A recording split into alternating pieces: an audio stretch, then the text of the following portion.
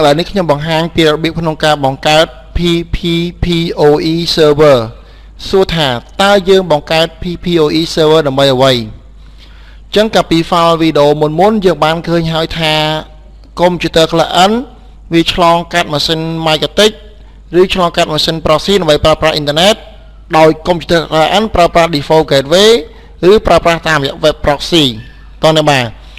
trong cái nông mê ní cứ mini tha computer là ấn chọn các machine marketing pra internet ban này còn tay muốn pra internet banត្រូវតែបង្កើតនៅ PPoE client សិនហើយទទួល username ដែល PPoE server ប្រោឲ្យបានអាចធ្វើការ del បាទ del ទៅកាន់ PPoE server ដើម្បីប្រើប្រាស់ internet បានអានេះវាមិនខុសថាឥឡូវហ្នឹងតែខ្ញុំអត់មាន internet ប្រើទេអញ្ចឹងខ្ញុំចង់តភ្ជាប់ internet តាមរយៈ PPoE អញ្ចឹងនៅក្រុមហ៊ុន internet នោះគេបានតម្លើងជា PPoE server ហើយអញ្ចឹងនៅផ្ទះខ្ញុំនេះគ្រាន់តែតម្លើងជា PPoE client ទេដើម្បីធ្វើការភ្ជាប់ទៅកាន់ PPoE serverตอนนี้กลายนึงบาทโอเคตีๆนั้นខ្ញុំនៅបង្ហាញក្នុងវីដេអូយើងអ្នកនរនេះមិនយល់ច្បាស់ប៉ុន្តែសូមបញ្ជាក់ម្ដងទៀតថានៅលើកុំព្យូទ័រ client ត្រូវតែបង្កើតនៅ option មួយដែលមានឈ្មោះថា PPoE client ដើម្បីធ្វើការភ្ជាប់ទៅកាន់ PPoE server ក្នុងការប្រើប្រាស់អ៊ីនធឺណិតឥឡូវនេះខ្ញុំចាប់បានធ្វើការបង្កើតនៅ PPoE server មុនសិនអូខេអញ្ចឹងឥឡូវនេះខ្ញុំចាប់ដើមឈរលើកុំព្យូទ័រ PC មួយខ្ញុំបើក program Winbox ដើម្បីធ្វើការ connect ទៅកាន់ machine marketingអូខេជំហានទី1ខ្ញុំទៅចូលនៅ IP address បាទយក IP យក IP address ជាមើលហើយនេះបាទវាមាន IP internet IP LAN និង IP Wi-Fi ធម្មតាបាទអញ្ចឹង IP LAN នេះគឺលេខ 197.8.9 ត្រឹមត្រូវហើយខ្ញុំបិទបន្តមកទៀតខ្ញុំចូលទៅត្រង់កន្លែង IP ខ្ញុំយក DHCP server មានន័យថាខ្ញុំត្រូវការបង្កើតនៅ IP DHCP server មួយអញ្ចឹងខ្ញុំបានបង្កើតរួចហើយណាបាទអញ្ចឹង IP DHCP server ឡើយនេះយើងមានលេខ197.8.4.0 បាទ gateway 0.9.9 បាទនេះ DNS តោះនេះកន្លែងហ្នឹងបាទអូខេបន្តមកទៀតខ្ញុំយកកន្លែង IP ខ្ញុំយក IP pool បាទខ្ញុំយក pool អូខេនេះយក pool សូមម្ដងទៀតយក IP ហើយយក pool អញ្ចឹងយើងបង្កើត pool នេះដើម្បីដើម្បីបំលែង IP ឬបញ្ឆោត IP មួយដែលបោះឲ្យ client នៅពេលដែល application ចូលមកកាន់ PPoE server របស់យើងសូមបញ្ជាក់ថា IP LAN របស់យើងគឺ 197.8.9 តោះនេះបាទប៉ុន្តែនៅពេលដែល computer client HP ឬក៏ server ណោះដើម្បីភ្ជាប់អ៊ីនធឺណិតត្រូវការ Dell application មួយអញ្ចឹងនៅពេលដែល Dell application នឹងបង្កើត network មួយទៀតដែលទទួលបាន IP បញ្ឆោតយល់ទេបាទអញ្ចឹងកន្លែងនេះយើងមាន DHCP មួយហើយអញ្ចឹងចុចញ៉ាលេខបូកនេះមកខ្ញុំចាប់ដើមបង្កើតឈ្មោះមួយទៀតដាក់ឈ្មោះគេខ្ញុំដាក់ថាអីគេ new បាទដាក់ new អីគេ underscore new IP underscore PPoE ដាក់អីទៅចុចអត់សំខាន់នេះកន្លែងហ្នឹងបាទតោះនេះបាទបន្តមកទៀតកន្លែងនេះ IP យើងត្រូវបោះឲ្យបញ្ឆោតអញ្ចឹងខ្ញុំដាក់លេខបានថា 199.9.0/24 គឺមួយ network តោះហ្នឹងបាទអូខេហើយខ្ញុំយកអូខេពេលនោះខ្ញុំមាន connection pool មួយដែលមានឈ្មោះថា new IP PPoE តោះលេខហ្នឹងបាទអូខេអញ្ចឹងឲ្យខ្ញុំបិទបន្តមកទៀតខ្ញុំចូលត្រង់ IP ដដែលខ្ញុំយក firewall បាទ firewall ដើម្បីធ្វើអនុញ្ញាត firewall យក NAT បន្ទាប់ពីយក NAT ហើយខ្ញុំយកសញ្ញាលេខបូកគឺការបង្កើត create បាទនៅត្រង់កន្លែង source ខ្ញុំយកធម្មតាអញ្ចឹងកន្លែង source address នេះគឺខ្ញុំបោះ IP លេខ 199.9.0/24 គឺខ្ញុំបោះមួយ network ដោយនៅត្រង់កន្លែង action នេះខ្ញុំយក masquerade បាទ internet គឺខ្ញុំមកលងក្នុង network មួយហ្នឹងតោះនេះក៏ហ្នឹងបាទអូខេហើយឥឡូវខ្ញុំបិទបន្តមកទៀតខ្ញុំចូលទៅត្រង់កន្លែង PP បាទ P 3 ដងនេះបាទដើម្បីបង្កើតនៅ PPoE server បាទតោះនេះហ្នឹងបាទបន្តមកទៀតខ្ញុំយកកន្លែង profile បាទខ្ញុំធ្វើការបង្កើតនៅ profile មួយខ្ញុំចុចញ៉ាលេខបូកបាទអញ្ចឹងខ្ញុំដាក់ឈ្មោះ profile ណាខ្ញុំដាក់អីគេ my underscore PPoE server ដាក់តែសច្ចៈអត់សំខាន់ទេឈ្មោះឡើយហ្នឹងបាទតែយើងត្រូវសម្គាល់ហើយនៅត្រង់កន្លែង LAN ឬក៏ local address បាទនៅត្រង់កន្លែង local address នេះយើងត្រូវរើសយក new IP PPE អានេះគឺជា connection pool IP pool ដែលយើងបានបង្កើតនៅក្នុង DHCP pool តោះនេះបាទ បន្តមកទៀតនៅត្រង់កន្លែងនេះ remote address ហ្នឹងក៏យើងរើសយក IP pool ដែរបាទ IP pool ដែរមានន័យថា IP ហ្នឹងដែលជា IP ក្នុងការ access internet បានបន្តមកទៀតនៅត្រង់កន្លែង DNS server នេះយើងបំពេញ DNS របស់ ISP 8.8.8.8 តោះនេះហ្នឹងបាទអូខេយ៉ាងតមកខ្ញុំ apply ហើយខ្ញុំអូខេបាទនេះជា protocol មិនចាំបាច់កែកនវា limit នេះយើងអាចកំណត់ពេលវេលាឬ bandwidth ឲ្យការប្រើប្រាស់ក៏បានស្រួលចិត្តអូខេខ្ញុំយក default សិនទៅតោះនេះក៏ហ្នឹងបាទបន្តមកទៀតខ្ញុំចាប់ដើមចុចទៅលើ PPOE server បាទយក PPOE server ហើយចុចញ៉ាំលេខបូកដើម្បីធ្វើការបង្កើតហើយកន្លែង service 1 នេះខ្ញុំដាក់អីគេខ្ញុំដាក់ថា PPOE server បាទដាក់ឈ្មោះបាទបន្តមកទៀតនៅត្រង់កន្លែង interface នេះខ្ញុំរើសយក LAN បាទ interface ខ្ញុំរើសយក LAN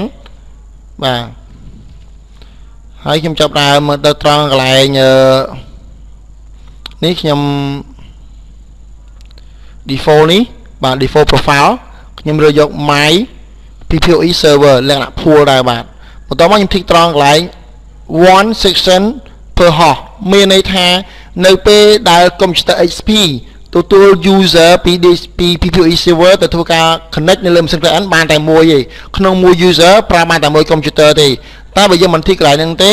ក្នុងមួយ user អាច connect លើ computer បានច្រើនប្រយ័ត្នកន្លែងហ្នឹងតិចបាទអញ្ចឹងនេះយើងត្រូវធីកបាទហើយកន្លែងនេះយើងរើសយកគេ my PPOE server គឺ pool ដែលយើងបានបង្កើតថែមនោះ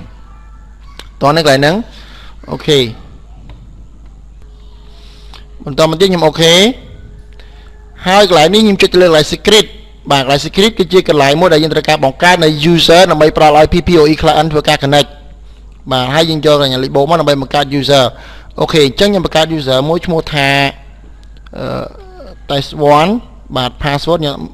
test 1ដែរទៅតោះឡើយហ្នឹងបាទអូខេហើយនៅត្រង់កន្លែង service នេះយើងយកជា option PPOE ឬមួយយើងយក any បើយើងយក any មានថាយើងនៅពេលដែលដើរមក connection មួយណាក៏បានដែរតែបើយើងយក PPOE គឺវា point ចំមកកាន់ option PPOE តែម្ដងតោះនៅហ្នឹងបាទហើយទៅតង់កន្លែង profile នេះបាទទៅតង់កន្លែង profile យើងយកឲ្យគេ address pool របស់យើងហ្នឹងណាបាទណាបាទ address pool របស់យើងហ្នឹង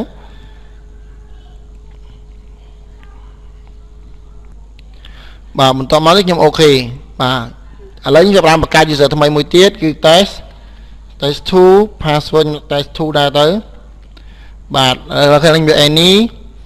បាទហើយកន្លែង profile នេះយក my PPOE បាទអញ្ចឹងខ្ញុំមាន user 2 គឺ user test 1 និង user test 2អញ្ចឹងឥឡូវខ្ញុំចាប់បានចូលលើ computer លេខ2បាទនេះវាមាន IP យើងមើលឡើយនេះបាទណាមាន IP ហើយខ្ញុំចុចលើប៊ូតុង repair បាទអញ្ចឹងឥឡូវខ្ញុំចាប់ផ្ដើមចុច start run ខ្ញុំ pin ទៅកាន់ yahoo.com បាទខ្ញុំ pin ទៅកាន់ Yahoo ដើរអត់ចម្លើយគឺអត់ដើរទេអត់ស្គាល់ទេត្រូវអត់អញ្ចឹងឥឡូវនេះខ្ញុំចាប់ដើមធ្វើការឲ្យគេបង្កើតនៅ PPOE client ដើម្បីធ្វើការភ្ជាប់ទៅកាន់ PPOE server ដើម្បីប្រើប្រាស់ internet អញ្ចឹង computer លេខ2នេះអត់ទាន់ប្រើប្រាស់ internet បានទេអញ្ចឹងខ្ញុំចាប់ដើម right click ទៅលើ my network place your property បាទណាបាទបន្តមកទៀតខ្ញុំយកពាក្យថា create new connection បាទ unique យើងយក connect to the internet យើងយក set up my connection menu បាទហើយកន្លែងនេះយើងយក connect to using broadband connection ជា PPOE option បាទ next អញ្ចឹងឈ្មោះកន្លែងណាក៏បានដែរមកឲ្យគេ ISP ណាឬក៏គេដាក់ ISP ទេក៏បានអត់បញ្ហាទេដាក់ទៅចិត្តហើយយើងដាក់ next សំខាន់កន្លែងនេះ username គឺ test 1 password test 1 បាទ confirm ម្ដងទៀត test 1 បាទហើយយើងយក next បង្កើត color desktop មួយ finish បាទអញ្ចឹងឥឡូវនេះវាមាន option មួយគឺគេ ISP ដែលខ្ញុំបានបង្កើតមិញនៅលើ desktop ក៏មាន ISP មួយដែរអូខេអញ្ចឹងឥឡូវខ្ញុំចាប់ផ្ដើមចុចលើ connect បាទអញ្ចឹងនៅពេលដែ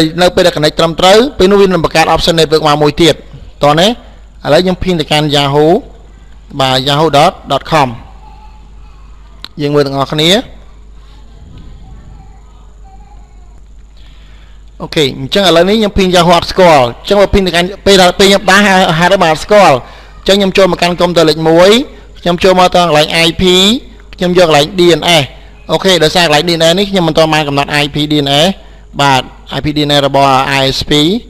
បាទ117.124.120.124.4អូខេ remote apply មួយមកបាទអូខេអញ្ចឹងឥឡូវខ្ញុំចាប់ដើម ping ម្ដងទៀត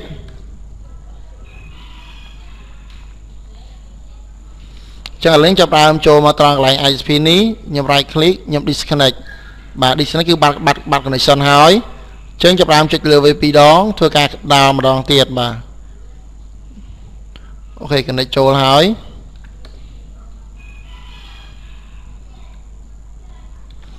អញ្ចឹងយើងត្រូវបូសon head ឲ្យបានវាបណ្ដើរអញ្ចឹងយើងចូលមើល IP បាទ IP បានចាប់យកហើយគឺលេខ 169.9.4.54 គឺត្រឹមត្រូវហើយបាទឥឡូវនេះខ្ញុំចាប់ដើម ping ទៅកាន់ google.com អូខេក៏ដើរដែរអញ្ចឹងឥឡូវនេះខ្ញុំចូលមកកាន់នេះខ្ញុំចាប់ដើមចូល new terminal ខ្ញុំចូលទៅលើ marketing ខ្ញុំ ping ទៅកាន់ google.com អូខេអញ្ចឹង ping ទៅកាន់ google.com ក៏អត់ស្គាល់ដែរហេតុអីគឺវាអាចបញ្ហាមកពី connection ទៅដល់ internet នេះសិន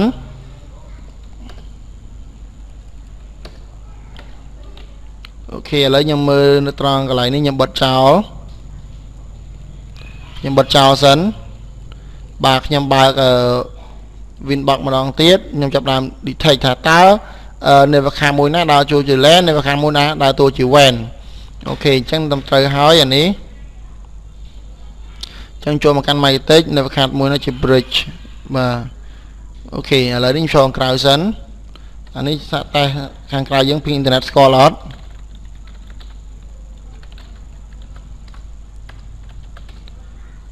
អូខេ internet ស្គាល់ធម្មតាចឹងខ្ញុំចូលមកត្រង់កន្លែង Winbox វិញ connect ចឹងយើងមើលកន្លែង IP ខ្ញុំយកកន្លែង address ហើយកន្លែងនេះខ្ញុំចាប់ដើមមើល IP កន្លែង WAN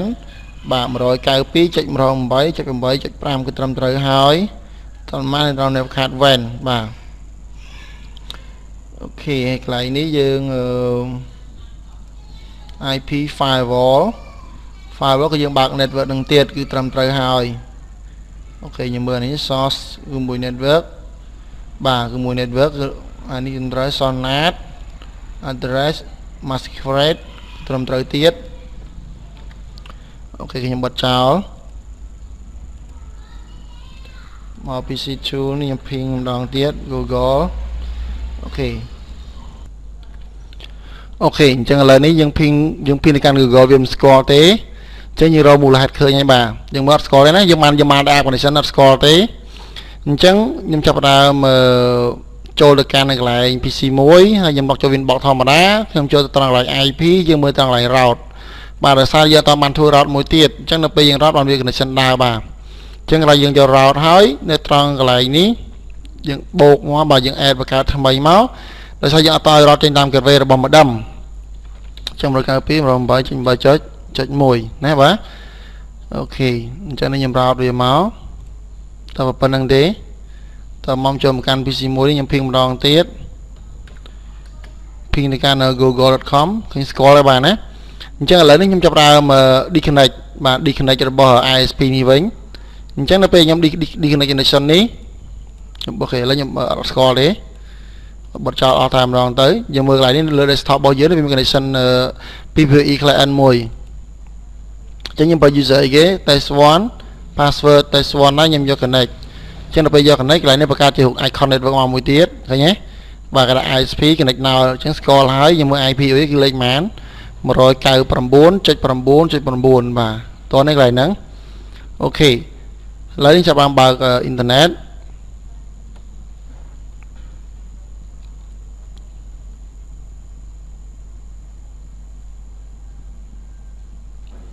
បាទឥឡូវខ្ញុំបើក Google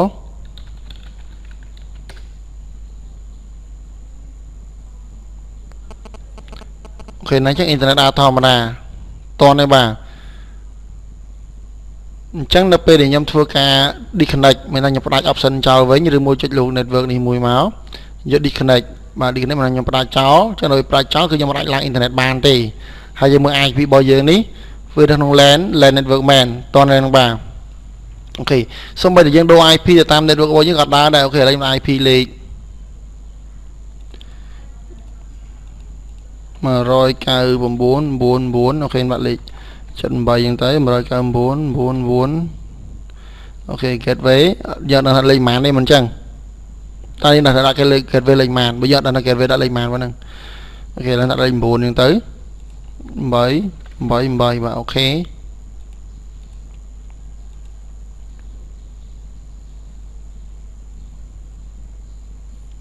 យើងមើលអ៊ីនធឺណិតដើរ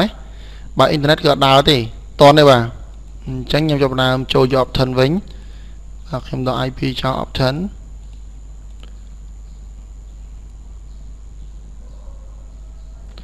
បាទយើងយក option ហើយនៅអត់តដើរទៀត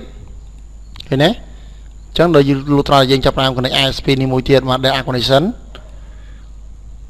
អញ្ចឹងនៅពេល data connection ចូលគឺវាមក access ធម្មតាអូខេអញ្ចឹងឥឡូវវាតកតងទៅនឹងមេរៀនដើម្បីបង្កើត PPOE server និង VPN client ត្រូវបានបញ្ចប់